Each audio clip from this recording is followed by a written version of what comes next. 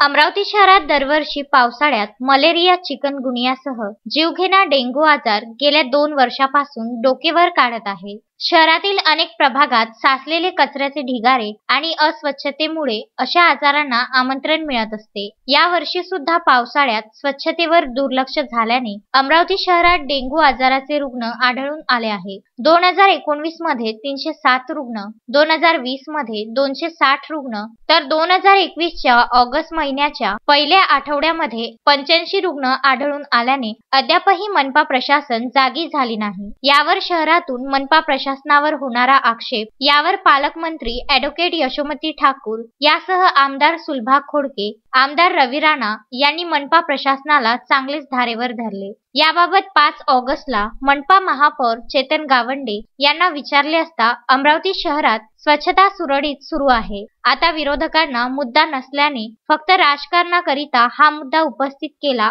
असा टोला देऊन गावंडे यांनी स्पष्टीकरण दिले आहे।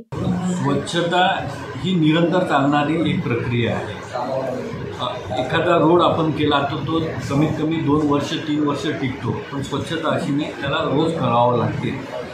अमरावती महानगरपालिका आपण सर्वांनी पाहिलेलं आहे की कोरोनाच्या काळामध्ये याच ठेकेदारांनी, याच कर्मचाऱ्यांनी आणि याच अधिकाऱ्यांनी अतिशय चांगलं असं काम केलं की तुम्ही डोळ्यासमोर पाहिलेलं आहे। त्यामुळे